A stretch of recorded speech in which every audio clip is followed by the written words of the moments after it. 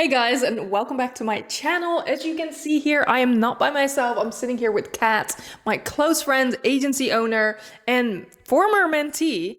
And we're doing this episode a little bit different than my regular YouTube episode, as I'm celebrating a big milestone on hitting 20K YouTube subscribers here on my channel. We wanted to do something a little bit different. Yeah, why don't you... Hi, everyone. I think this is so special that I'm doing this with you because we did meet on YouTube. Crazy. And I think that this is such a full circle moment. You're hitting 20K now. You're doing a relaunch.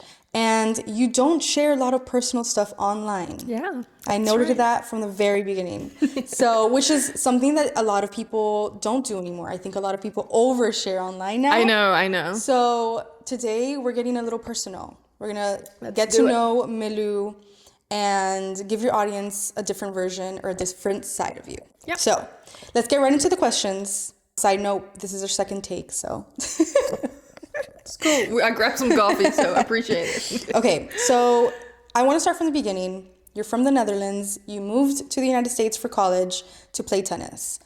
Tell us a little bit about that. How was that transition? Was it hard for you, etc.? Yeah. So I'm not from the US. I'm originally from the Netherlands. Came to the US on a full ride scholarship to play college tennis. It was supposed to be temporarily, right? To study, get a degree and all of that good stuff. Transition was huge, like culture-wise. Obviously, I was studying and living here without my family because they are in the Netherlands. And culture very different. Dutch people are very direct. I think just in general, the lifestyle is different. So there was definitely a huge transition. But me now being in the US for 11 years, I'm American now even. Yeah. I think I've changed myself a lot to adjust to the culture, what I do today, and how I run my business, doing business in the US and not, in a different country. What do you think was the hardest transition for you? And I want you to dig deep. Dig deep. The hardest transition, I think it's like connecting with people in a different country, in a different culture, while being away from your own family. I think that was genuinely the hardest part, because when you're saying dig deep, I think it's just harder to connect with people. Like, it's much easier to connect with people when you're younger, when you're going to college. But very quickly I realized, I can give you a proper example.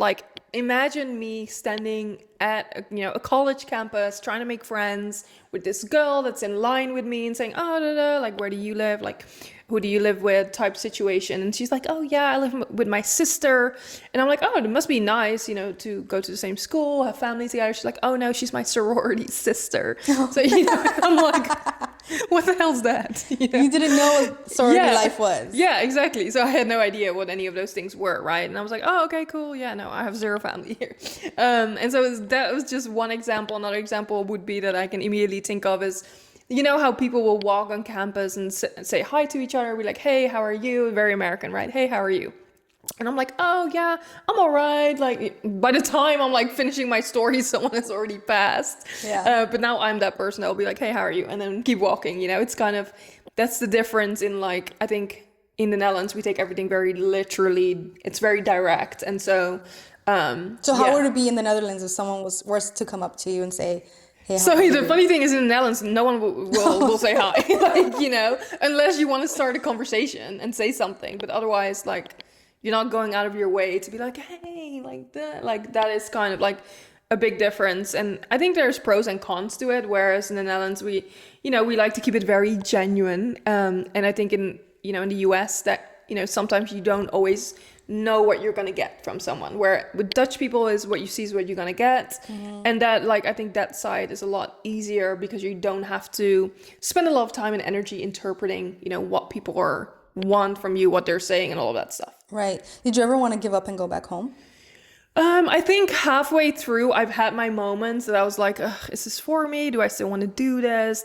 Where I would text my family and be like, I don't want to do this anymore. I just want to come home. But obviously, that never felt like, quote unquote, an option. Obviously, it was an option, but I wasn't ever actually considering packing my bags and going home. No. You did come to the United States to play tennis. You were on a scholarship, but you didn't finish. So can you talk to us a little bit about that? Yeah, so I did finish my degree, but something that some people don't know about me is that I didn't finish playing my full 4 or 5 years in college.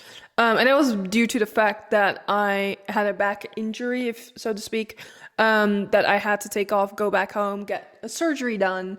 And so there was no way for me to actually go back to playing at the time.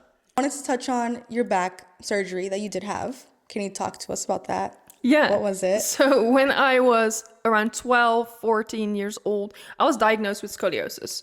It was pretty severe to the extent where they were already suggesting surgery. Now, of course, I was so young. And so even my parents and myself, I was like, there's no way.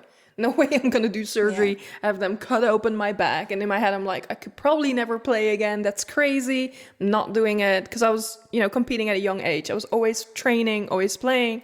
And so that wasn't even an option. So we did anything and everything that wasn't surgery. So like seeing chiropractors, seeing different doctors, preventative, stuff. And so that's what we did then.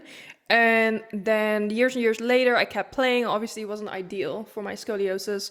And the symptoms just start to get worse and worse, where I start to become in a lot of pain. And then in my last year in college, I decided to go back because the pain was so severe that I was like, I can't do this anymore. They took actually an x-ray of me and they saw the scoliosis was just so bad. Like it was close to 90 degrees. Oh my God. Yeah, it was just pretty insane. But that was like the story I've told you before where I felt like my ribs were just broken. But it was because my spine was pressing so hard into my ribs, and my you were lungs. playing like this at the same time. Yeah. I was like serving underarm and stuff like that. It was a whole thing, but you were really adamant about playing. Yeah, I was like, I have to play. How was that surgery? So that surgery, it was intense. It's maybe 6 to 12 hour long surgery. Yeah, something to that nature. And did it and flew back to the Netherlands. I even had some, people at the tennis club or doctors who were like, I'm shocked. They were like shocked that someone would take that surgery because, of course, the culture here in the US is like, oh, if it goes wrong, someone's going to sue you. Yeah. But no, they did do a really good job in the Netherlands and had to recover after that for about 6 months. And then in the meantime, flew back to the US, finished my studies and go from there. Did you stop playing before you got the surgery? A little bit before it, I would say. Like my season ended. So at that point, the season was done and then, flew back. Okay, so after your surgery, you finished college.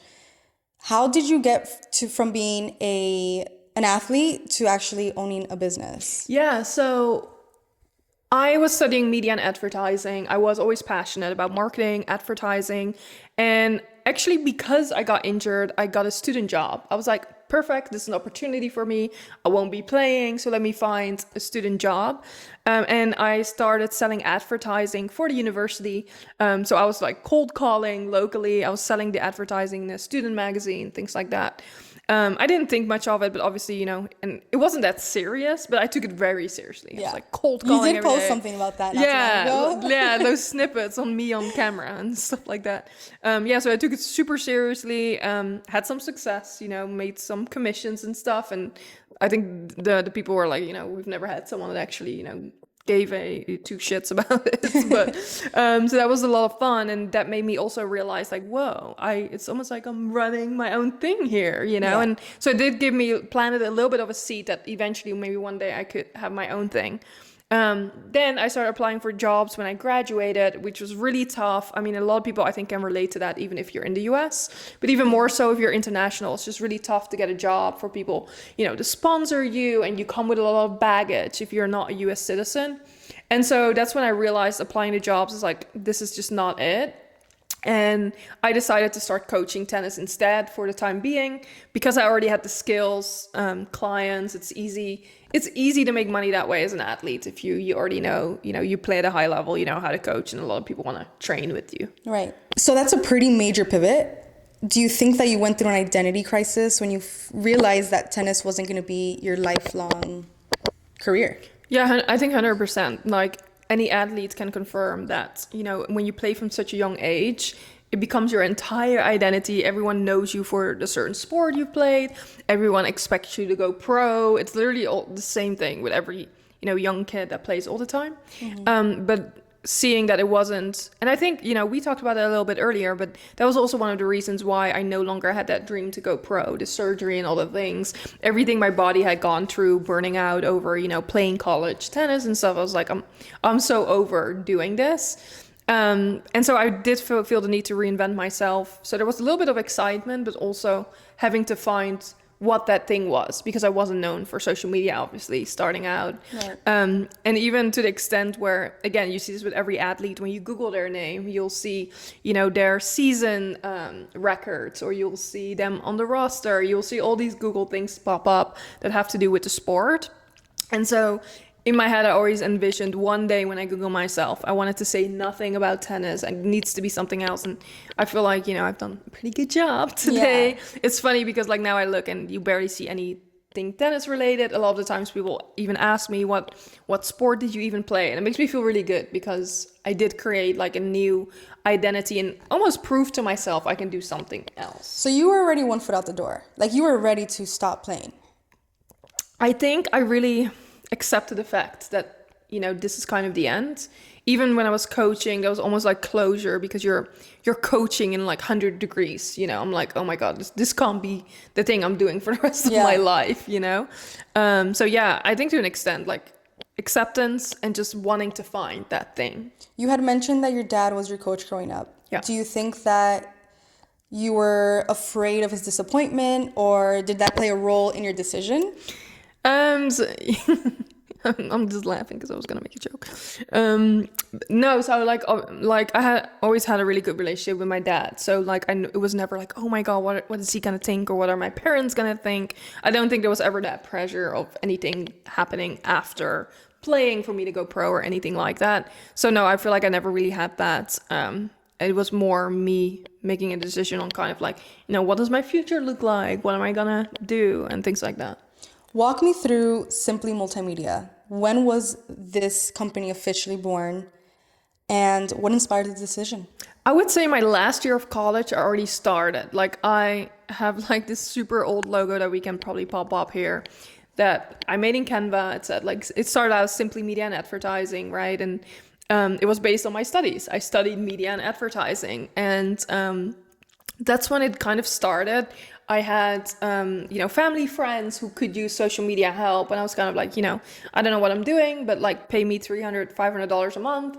And I will do anything and everything to run social media, to learn, started taking some free courses online.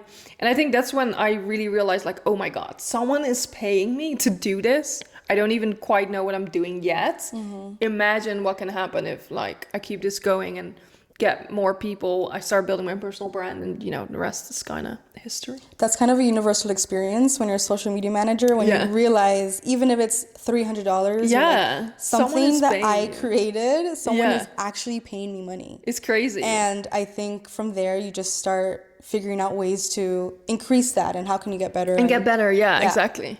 How do you think that being an athlete played a role in the entrepreneur that you are today? Looking back, such a big role, right? The traits that you build as an athlete, they shape, or they're the exact traits that a successful entrepreneur needs to have. Discipline, resilience, not giving up, figuring it out, like being independent. I think the only thing I would say that as an athlete, like the biggest difference between entrepreneurship and being an athlete, especially college athletics, there's so much structure. They tell you what to do, where to do it, when to be there. And, there's a lot of structure, and entrepreneurship has zero structure. You create it yourself. Yeah, you create it yourself. And so I think that's the only biggest difference. But otherwise, I never realized how much athletes are given or like what we've built, the characteristics we've been trained on for our whole life, that I was like, finally, like I saw the toolbox I had that made a huge difference, I think, versus the average person that, wants to start a business. Right. Do you think that when you started your business, you were strict on yourself on what you would be sharing online? Because you've done this for 7 years and you've never shared anything personal online. So was that something that just came naturally? Like you're like, I don't feel like sharing that? Or were you like, no, I need to keep boundaries up from the start? Yeah, that's a good question. I think I never really enjoyed social media personally.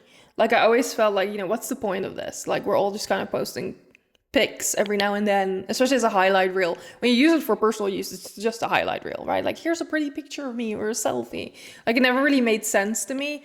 And so I think as an athlete, you kind of already have visibility. So like in a different way, not on social media, but in schools, like athletes are kind of looked up on, like you're on the team, you're this and that. So I think there's already a sense of visibility there. And so I always felt like I saw social media marketing as a way of like, you share what you want to share, but like you don't have to invite people in like just because a lot of people are nosy. A lot of people just want to see those things for themselves, but not, I always realize I'm not doing that for myself, or like that's not something I necessarily want. And so I kind of brought that into my business when I started, building my page for my business. I actually just turned my personal page into a business page. Like I'll change the name and I just started posting about the business. That's really what happened. And I kind of kept with that and stuck with that. And that was always in my guts as a value. And looking back, I'm just so happy I did that. So now you're introducing a personal brand, right? Like now you want to share a little more. What is inspiring this?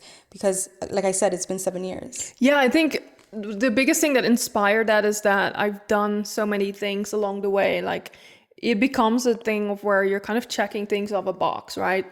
I want to be featured here. I want to reach this revenue goal. I want to do that. At some point, you're kind of going to be like, okay, well, what's next, right? And to where I started to realize my personal brand has been the main lead generator for so long for the business, but it doesn't have to be anymore. We have sales funnels. We're doing sales calls. There's other things we're doing to where I was like, I kind of just want to have fun and like not just please the algorithm and share things I want to share. And personal brand, like that also doesn't mean like, oh, now I'm going to share personal things. I'm going to share my family. I'm going to expose my family. Look, here's all my family members. That's not what it is, but like talking about things like whatever I want to talk about, really. Can you go into that a little bit? Because I think a lot of people think that personal branding means sharing their family, sharing their relationships, sharing even like what they eat in a day. And I know that you don't take that approach. So can you talk to us a little bit about what personal branding means to you? And like if, for someone that is watching this and it's like, I want to have a personal brand, I don't want to share my personal life. Yeah. How does that work? Yeah, I think that's what the biggest misconceptions that people have, that a personal brand needs to be your personal life oversharing. I think a personal brand is, what you stand for as a person, your values, your perspective, your experience, your point of view, which is very different from just sharing your personal life. I actually even, knowing how powerful the internet is, I think it's pretty scary how much some people share in their personal brand. They share their family, their kids, their vacation home. They share everything they're doing every moment of the day. And, the world's crazy at the end of the day. You never know what's going to happen. The internet's crazy. People on the internet are crazy. People leave crazy comments. And whether it's innocent or not, it's just one of those things you do want to be mindful of at the end of the day. I think people have gotten so comfortable online. Yes. Internet has become bigger than what I think anyone could ever expect. Yeah. And people are very comfortable online now. Yeah. And I think that I've seen it for myself online where people are comfortable being very mean. Yeah. Like that's become baseline normal. Like you can tell someone that they're ugly, or you can tell someone all these things, and it's like you would never say that in person to someone. Exactly. Right? And I think the funniest thing is I think YouTube is probably the worst place for that. What I know is like, starting a YouTube channel, people are like, maybe because there's also a lot of young audiences, a lot of anonymous, accounts, but yeah, I see crazy comments all the time. Oh, you look ugly, or like, oh, why you talk like that? Like to me, I feel like in this day and age, I'm so immune to it. Like I see something, I'm like, oh, okay, another day, in social media. Yeah. So I don't take anything personally, but it is a big thing. And now even more so with AI now, people are getting replicated based on their content, and like the laws are kind of a gray area. Like what action can you take when a brand is using your content to clone you? For their ads. That's happening right now. I think it's interesting that you bring AI up, because since AI is pretty new, I don't think there is much protection around it. No, there isn't. Like imagine your family, your kid. Imagine you see your kid on an ad because someone took it with AI. That is terrifying. Right? That is so scary. That is so crazy. And like that's been happening to creators where they all of a sudden see their face on an ad, but it's not them. They cloned you. Yeah. So it looks like you. So there's still that recognition. But anyway, that's just like one of those examples where I think you do need to be careful. And if you set clear swimming lanes, it's really easy to show up comfortably. Like for myself, I find it easy to show up comfortably because I have my swimming lanes. Like, yeah. So for someone that wants to start a personal brand, what advice would you give them? My advice would be to define what you want to be known for. So I knew I wanted to be known for social media, right? So everything was about social media, latest social media updates, my point of view on social media. How can you grow on social media for business owners? Like there's so much you can talk about, like on a personal brand or not. And so define for yourself what you want to be known for first before you get into it. It makes it so much easier to show up too. You know, strategy will come later, especially if you're completely starting from scratch. There's no point of creating, a 40-page deck strategy. You will refine as you go, but keep it simple. What do you want to be known for? And start showing up, sharing your experience, your story, and expertise in that. You've been saying something a lot recently that personal branding is a self-development journey. Can you walk us through that? What do you mean by it? Yeah, so recently a lot of people have been talking about entrepreneurship being a self-development journey, right? Because you learn who you are, you have to become a better version of yourself in order to grow your business and everything, right?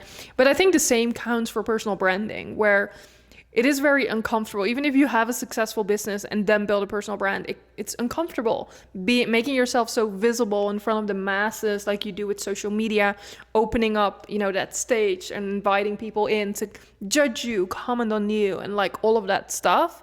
And so I feel like, you learn about yourself a lot. Like, what do you want to be known for? What do you want to talk about? What are your opinions and things like that? You think about it a little bit more, because you're creating content around it, you are posting, and at the same time you want to be different from everyone else in your industry, and your stories, your opinions, and all of that's good stuff is what makes you different from everyone else. Do you think a bit of self-identity crisis comes with that? We talked about identity crisis a little bit when you were in sports. So it's like kind of full circle where you kind of have to continuously build yourself and like grow as your business grows? Yeah, I think so. And we talked about this a little bit earlier on, where at some point we all get into this trap of pleasing the algorithm, just creating content that goes viral, or potentially just creating content that gets likes and views, because otherwise, we think we're not good enough, right? And to where I think the identity crisis comes from that, where there is a balance between creating content that performs, but staying true to yourself at the same time. And I think any founder has that, where a lot of people say, oh, I have nothing to share, or my life's too boring. And it's just not true. They just don't know how to unpack these stories, their experience, and the thing that seem normal to us or that we know really well. Someone else wants that information. Someone else wants to learn from you. And it's often the most simple things. That's what I notice whenever I do master classes with really successful business people. And I'm like, all they wanted to know is how to do a green screen over, an article. And I'm like, wow. And it's like mind blowing, but it's good reminders, because, we're surrounded by marketers 24/7. So we think everyone knows that. But then when you talk to people in other industries and things like that, they can really learn from the simple things. Mm-hmm. And I think also as you become more successful, or as you surround yourself with more successful people, it's easy to be a little more intimidated. Yeah. But that's not always the case. Like you said, like sometimes they just want community. Yeah, people just want community at the end of the day. And I think it's also humbling, because especially if you've already had success offline, and then you start a personal brand, it's like you're now starting at the bottom again. You're starting something new that you don't have the confidence in yet. You don't have the skill set yet. That was literally me when I first started my YouTube channel, right? We're doing this whole thing for this milestone of 20K. When I first started my YouTube channel, I had already built a successful Instagram. But this is the thing with YouTube that not a lot of people know, but your Instagram audience isn't just going to run over to YouTube, subscribe, and hey, same audience, different channel. That's absolutely not the case. You build a completely separate audience. I often notice that a lot of people who watch me here don't follow me on Instagram necessarily, but they just want to consume my YouTube content, or, vice versa. And I think that was humbling for me. Like the first few videos I put up, I don't even get 100 views. I have less than 100 subscribers, but still deciding to keep going and keep showing up. Same with, starting a new personal brand. There's always someone who's watching. That's a really good point. So what would you tell an entrepreneur that's already built a successful business, but they don't have a personal brand because they are starting from scratch? I would say, start before you're ready. Sooner rather than later, because we know as marketers, it takes time to build a personal brand. They will look at people who have spent years and years posting, showing up, getting better, who have built a brand, and then all of a sudden they expect to grow this overnight, right? Because they want to launch a book or because they want to go a different direction. Maybe they're even exiting their own company. They're selling. And so what's next, right? They want to speak on stages. But without a personal brand, yes, you can have connections, but people still want to see your personal brand nowadays. It replaces your resume. It replaces your media kit, basically, because you're already showing up and building your own stage before anything else. Yeah, I tell this to clients all the time. If you see yourself doing any of those things, right, like writing a book or like talking on stages, don't expect to just get that opportunity in 24 hours. There's people, and like you said, we tend to look at already successful accounts, but what they're not seeing is when they started 10 years ago and they started with 5 likes, right? They're just comparing themselves to who they are seeing now. Exactly. But with that comes sometimes waking up early, making sure that you're recording your content, plopping up your phone. I tell this to clients all the time, just put your phone up. Yeah, just put your phone up. Show yourself working on your laptop. Show yourself, and it seems silly. There's so much of that online now, but you never know who's watching you. You're inspiring someone. And it gives yourself options. Because yes, it amplifies your business. It gives your business more credibility. It helps it grow and all of that good stuff. But also it's so much more than that. You are not your business. So with your personal brand, it's so much more than your business. It's like a very small part of your personal brand, and it gives you options to go a different direction, pivot, do other things you enjoy. And so it's an investment, time investment, bare minimum, right, to make, but I recommend everyone to do it so that you have the option. Yeah. I think also something else that I hear people always say is, why do people care about this? Why do they care about what I'm doing? And I think when you're an already established entrepreneur, right, you have the business, it's so easy to overlook that what you've done is actually a pretty big deal. Yeah. You did build a 10-person team, right? Yeah. You've done this for 7 years, right? Yeah. So there's other people, you've raised the standard. Yeah. So now in your mind, you're like, this is normal. But for some people, it's really not. Some people are really looking up to you and seeing, what it is and how you got to this place. Yeah. And I hear that so many times from people that are successful, and they're like, yeah, but why would someone care what I'm doing? This is whatever, this is normal. No, actually not really. People are inspired by that. No one wants to hear that. Yeah. And I also speak with founders who have said this to me before, and they're like, I've checked so many boxes already. I want to have a big impact. I'm like, exactly. You want to have a big impact. And if you want that impact to be bigger and better than just your business, start a personal brand. You can leave a real legacy by people literally learning from you, because you only build an audience because of the free value you provide. People are not going to follow you just because, right, you have accomplished X, Y, and Z, but because you're pumping out free knowledge, free value, being a resource to them. And I think about that about my YouTube channel too. If God knows something will happen to me one day, or and I'm not here anymore, people can still literally consume my content, learn from me, which I think is pretty crazy. I think what's so funny sometimes, and I've again from experience of what clients have told me, it is so much harder to build a personal brand than build a business. That's funny. It's what it feels like. Yeah. Because people, I will tell them, we're doing the easiest type of content. We're just talking about yourself. Yeah. And it's like, now I don't know what to say. I cannot do that. And it's like, you have built an empire, right? In whatever industry, you've built an empire. You have such a successful business, which for anyone else would be like, that is insanely difficult to do. But then all of a sudden we have to just talk about you and your expertise. And it's like, I feel like it's safe because it's almost like it's building in public, personal branding. You put it out there and then it's out there. Whereas building the business is kind of behind the scenes. You don't have to show your face, or no one really sees what goes into it, right? Everyone looks like an overnight success. So I think that is the biggest difference on being in the spotlight or in the public versus not. Someone messaged me the other day on Instagram and they were like, you really popped off. And I'm like, Yeah, 3 years ago, I was waking up at 5 in the morning, Yeah. popping my phone up, and Yeah. this was before social media marketing. I was like pressing a shirt, and I Yeah. would get 5, 6 likes. Yeah, or and even Yeah. even outside of that, like all the jobs you've done before, like all the that was all experience leading up to this Right. too. 'Cause, like, And I remember when we started and when we first met, you're like, you're doing a lot of like on sites, like you're Yeah. seeing clients way too much, like Yeah. you're gonna get to this point of burning out. And I think from the moment you told me that, we worked together within 6 months, right? Like Yeah. something like that. And everything you kept telling me like kept happening. You're like, Yeah. you're gonna burn out, you're doing this, you're doing that. And it's like, yeah, people don't see those things. Yeah. Or the Yeah. times when like clients are mean to you and Yeah. I'm like, no, I'm giving this up, I'm done, like this was too Yeah. hard. It's like, no, keep going. Yeah. And yeah, it's crazy because a lot of people don't see those things and they're No, like, and we're all, yeah, and exactly like what you say. I see this with mentees a lot, or when people say like, "Look, even Milu like takes the weekend off," or like, "But you didn't see the years that I worked 7 days a week, every free like 10, 12 hours a day, literally." Yeah, nowadays I'm like, yeah, I want to take Saturday off, or like even Sunday sometimes. But when getting this off the ground, I was working 24/7 around the clock. Everyone was always saying, "Oh, Milu's always working. Milu's always working." She's either working on her phone or her laptop, and like people don't see any of that. They don't truly realize how much it actually takes. how much goes into it. Yeah. I think I've been doing this for 3 years and I just started getting weekends off. Yeah. Right, like exactly, I'm like if I have a boss, like I Yeah. just got weekends off. I'm allowing myself to Exactly. have weekends off, Yeah. and it's just crazy. It's Yeah. really a journey, Yeah.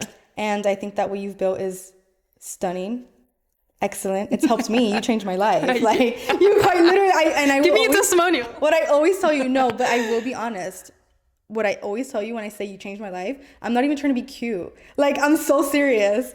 Yeah, like yeah. what I had no intention of ever doing something like this. I never thought that this would never. Yeah, You know what but I but mean? I also think, and that's what we're talking about, building a legacy, building personal brand, right? Like for you, like it has changed your whole life, right? For me, like it was an easy effort for me to help you because I was already ahead of you to say, hey, Catalina, like I see the traits in you, you can do it, but you have to do X, Y, and Z. It's like for me, it's easy to do, and it's like rewarding and fulfilling for me now to help Yeah. people like you. Because I can see my younger self in you, right? And tell you, okay, like I needed someone like myself, when I was where you're at. And for me, it's like easy to tell you because I've already been there. And for you, it's like a huge impact difference. And I think that Yeah. is the whole thing too about legacy, about personal branding. Because I wouldn't be coaching or mentoring, I don't think, today as I am right now if I didn't build my personal brand. If I was successful offline, but no one knew like the journey. Right, because yeah. it's different. You could have been, Yeah. you could have still had $1 million company, right? Simply Exactly. could have still been $1 million Yeah. company, But just without offline. you mentoring, right? Yes, exactly. And I don't think everyone can mentor. I think Yeah. that's something we should talk about too. I don't think everyone is built to mentor, but Yeah. like the way that you've done it has been so successful, and it's I guess. This is funny because it's currently happening. Someone came to me and was like, "Can you please mentor me?" Yeah. Right? Yeah. I will be your intern, like whatever Yeah. you need. And I say the same advice that you've always given me. Yeah. I think. Well, 2 what days do you ago- say? What do you say? I swear to God, 2 days ago, I sent him a voice note, and I'm like, "Successful people like speed. Like you have to be quick with it, and you Yeah. have to like do your shit. Do Yeah. your shit because you have to." Yeah. I remember I used to get out of bed at 11 o'clock at night if I got like a lead. Yeah. I'm like, oh no, I have to email them right now. Yeah. I won't do that now, but Yeah. back then you have to. Yeah. In Yeah. a way, you kind of have to be like Yeah. that because you don't want that lead to slip. Yeah, and right? I Like- mean, I have the same when someone I had that like last week or 2 weeks ago, someone DM'd me like, hey, someone referred me to you. I have multiple brand accounts. I want to, have a chat with you. I'm like, okay, when are you available? Boom, send them an invite. Let's hop on Zoom, Yeah. X sales calls later. And they will notice. They're like, okay, this person is on their shit. They're reliable. It gives them a preview of what it's like working with you as Right. well. It's like knowing that this person's going to be reliable. Yeah, exactly. You can depend on And them. people They're- don't get their realize information. like that makes a huge difference. You take Yeah. 2 days to answer. How are you going to be when I hire you, right? And I tell mentees that all the time because I inquire with freelancers and people, and I'm like, takes forever to even book a call with you. I still don't have the info I need. I'm gonna go with the person. Like if the person is good, it's the person who responds the first. Yeah. If they're good, it's always gonna be the one that responds first. But it's also funny with the whole coaching thing, the journey, because I had recently on Facebook that someone commented because I shared something, I guess, about my journey, something to that nature. And like, I didn't even recognize this person, but some girl commented, like, I still remember when you first started, and it's so impressive. And then, or like when I messaged you. And so I went back into our DMs, and it was like in 2000, I don't know, 20, where I was offering her a free social media audit, and like, 'cause I was grinding and trying to get people. But it's funny, there are people who have watched the whole journey because I was showing up online since the start. Something that I remember when I first started was that I would plop my phone up because I'm like, Yeah. one day, Someone's gonna if this watch works, Yeah. if this really works out, I'm gonna see the transition of like me coming from this to becoming successful. And I used to always look up to people on social media that I would follow from like 2015, and like they built some empires, and I'm like, oh my God, but like, how did they do that? Like, how do you get from this point A to point B, right? And I used to do the same thing. I'm like, okay, I'm gonna start here, record it. If I really don't become successful, then I'll delete this. But it's like, people don't realize like you will make it. Yeah, you will. Just there's no other way around it. You will become successful if you actually do the work. 100%. But every successful person also says that, you know, like if you're willing to put in the work, and like extraordinary results require extraordinary efforts, but you're willing to do it, you will get there. It might take longer than you think, but you will. Yeah.